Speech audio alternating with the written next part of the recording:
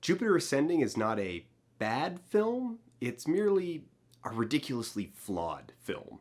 I love this movie, flaws and all. For me, it's in the same sphere as Chronicles of Riddick, a offbeat space opera that is a thing that should not exist. But it does, and the world is all the better for it.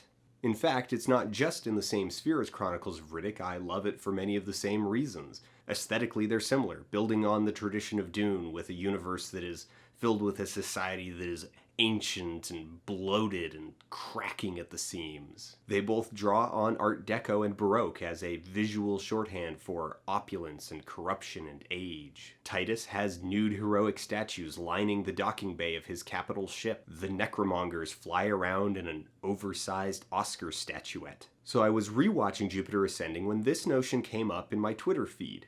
Is Jupiter Jones an empowered character? It's an interesting question because it requires us to turn a lens not merely on the film itself, but the underlying assumption of what is it that makes a character empowered?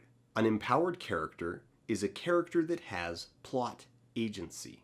Often, as a shorthand, we'll look at how a character moves through the plot, both literally and metaphorically. Are they a character who goes places, or are they a character who is brought places? Most of the time that works well enough because a character who is ferried from scene to scene is usually a character without a lot of will or agency. But that shorthand is, I feel, insufficient in this case, and so we need to look instead at composure. While Jupiter is often, very, very often, set on the back foot by other characters looking to manipulate her for their own ends, she is never made the fool by these manipulations. Rather than being pushed around by the plot is explicitly about Jupiter competing in an environment where the main weapon is information and she is fighting at a disadvantage. The fact that she is a quick study and is able to often hold her weight when the odds are stacked against her is a running theme of the film that injects her with an agency that is otherwise belied by the fact that she is so often carried from place to place while unconscious.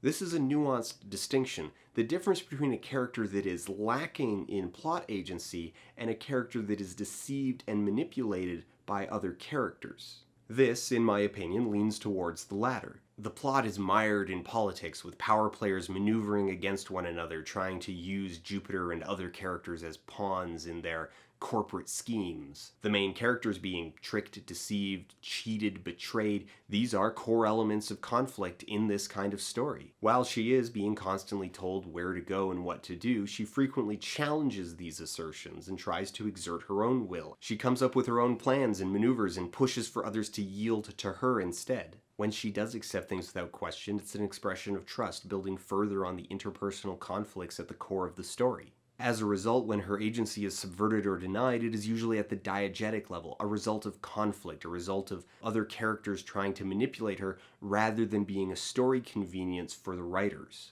And this is why composure is the important element. As written and acted, how does Jupiter hold herself, and how is she then framed by the camera, the music, and the editing? Despite the fact that Jupiter is so often literally carried from place to place, the movie doesn't treat her as a thing, even as other characters do.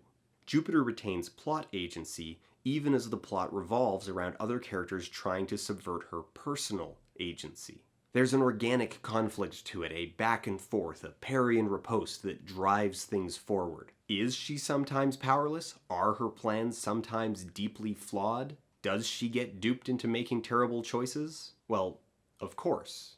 It's a story, and that's how our stories work. But even then, in those moments, her decisions still drive the plot, because a character being empowered is not about them getting their way, it's about them influencing where the story goes. So go in peace, my children. In the name of like, share, and subscribe, Amen.